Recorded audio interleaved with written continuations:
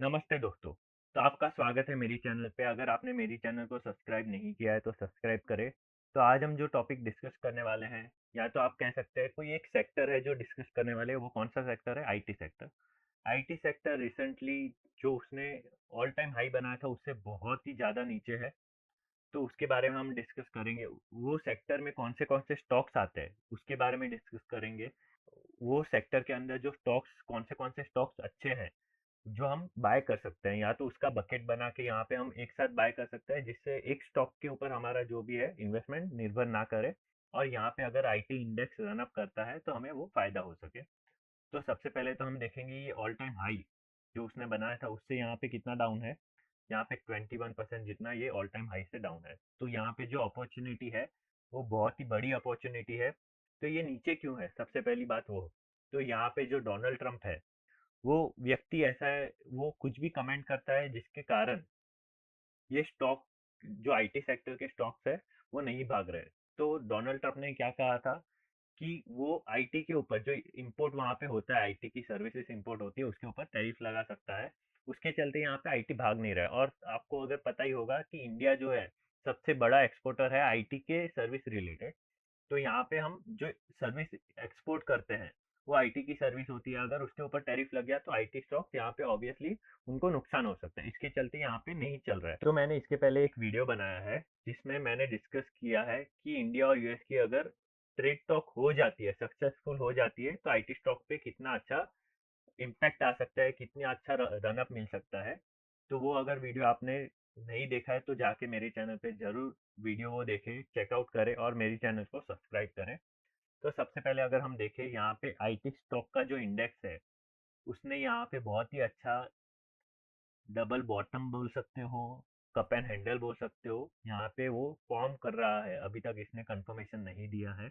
अगर मैं यहाँ पे लाइन बनाऊं तो ये सब, अगर यहाँ पे ये जो कैंडल है, कैंडल जो बनी हुई है, ये अगर ब्रेकआउट देती है, यहाँ पे अगर ये ब्रेकआउट कैंडल बन जाती है, ये अगर ऐसी ब्रेकआउट कैंडल बन जाती है और उसका कंफर्मेशन आ जाता है, तो यहाँ पे नियर जो है वो हमें कौन सा सपोर्ट मिल सकता है?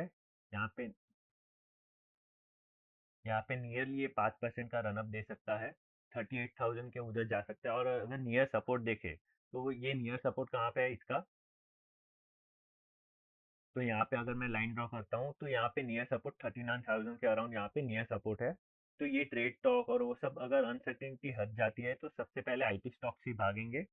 और अगर यहाँ पे ऑल टाइम हाई से देखे तो ये ऑल टाइम हाई पे अगर जाता है तो यहाँ पे हमें 26% का रनअप देखने मिल सकता है। तो ये इंडेक्स के अंदर कौन से स्टॉक्स है? तो ये इंडेक्स के अंदर बहुत ही ज़्यादा अच्छे अच्छे स्टॉक्स है जो हमें चीप वैल्यूएशन पे मिल रहे हैं। ये बात हमें में रखनी है। जैसे टीसीएस हो गया, इंफोसिस हो गया। इंफोसिस पे अभी बायबैक भी आने वाला है, तो उसका भी मैंने वीडियो बना के रखा है। वो भी अगर आपको चेक करना है तो मेरी चैनल पे जाके चेक कर सकते हो। Then H C L tech हो गया, विप्रो हो गया। तो ये जो चार स्टॉक्स है जो मार्केट कैप के हिसाब से बहुत ही बड़े हैं, वो हम चेक करने वाले हैं कि इसके फंडामेंटल जो है वो क्या बोलते हैं, वो सब हम चेक करेंगे। तो सबसे पहले अगर हम देखें तो इसका 5 ईयर का डेटा जो है, 5 ईयर का पीई डेटा मैं बता रहा हूँ कि पीई जो है मीडियन के बहुत ही नीचे चल रहा है। तो ये बहुत ही अच्छी बात है और बहुत ही सेफ कहा जाता है अगर मीडियन पीई के नीचे चल रहा है स्टॉक और फंडामेंटल भी उसके अच्छे हो, रिजल्ट भी अच्छे आ रहे हो। तो ये जो पी है वो जस्टिफाई नहीं कर रहा है अभी के लिए। अगर मार्केट ऊपर जाएगा तो ये सारे स्टॉक सबसे पहले ऊपर जा सकते हैं। तो यहाँ पे हम लोग ऑपरेटिंग प्रॉफिट भी देखें तो लगातार बढ़ ही रहा है। ऐसा नहीं है कि यहाँ पे ज़्यादा ही डाउनफॉल आ गया है। नॉर्मली इनका जो ऑपरेटिंग प्रॉफिट है वो इंक्रीजिंग ट्रेंड में ही है। रिसेंट 2 क्वार्टर से ये कम आ रहा है। वो भी क्यों आ रहा है? क्योंकि लिए ये जो इंडस्ट्री है, ये इंडस्ट्री ही ये डाउन साइकिल में चल रही है, ना कि ये एक स्टॉक के रिलेटेड है जिसके चलते ये जो स्टॉक्स है वो डाउन परफॉर्म कर रहा है।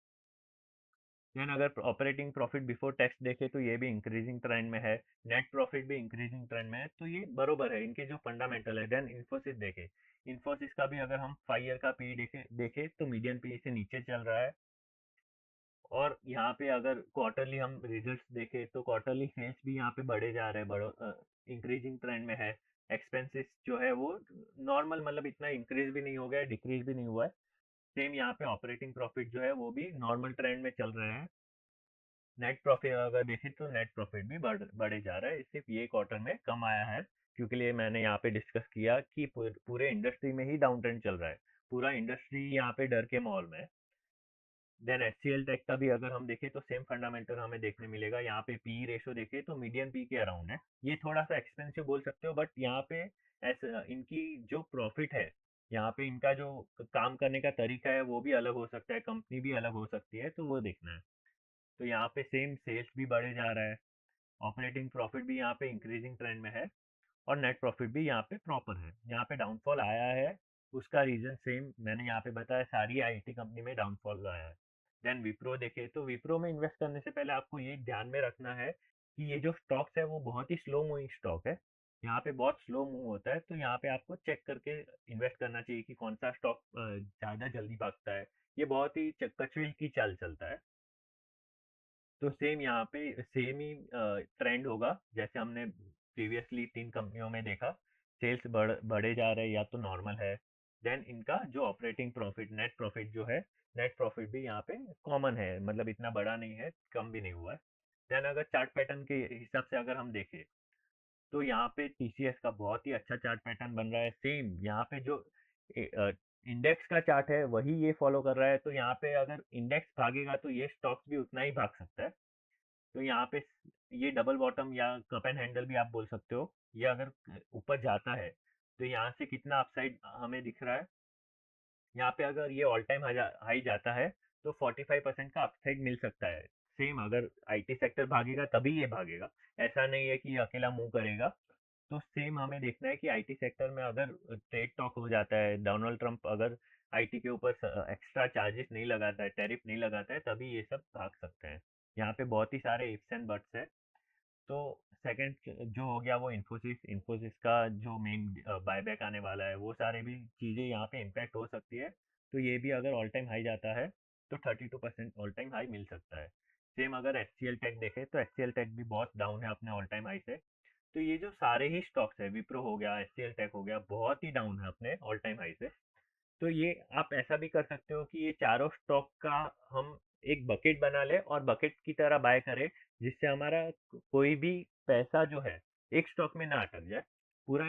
या तो फिर आप इसका ETF भी ले सकते हो, ETF भी आता है, निफ्टी IT का ETF आता है, वो भी आप ले सकते हो, जिससे आपका जो पोर्टफोलियो है ज़्यादा डाउन ना जाए। अगर जाता भी है तो निफ्टी IT वैसे बहुत ही सेफ इंडेक्स बोला जाता है, लॉन्ग टर्म में आपको ये 26% दे ही देगा। तो अगर आपको मेरी वीडियो अच्छी लगी हो, कोई भी आपको इन्फॉर्मेशन अच्छी लगी हो, तो आप मेरी चैनल को जाके सब्सक्राइब कर सकते हैं, लाइक कर सकते हैं वीडियो को, और कमेंट करना ना भूलें।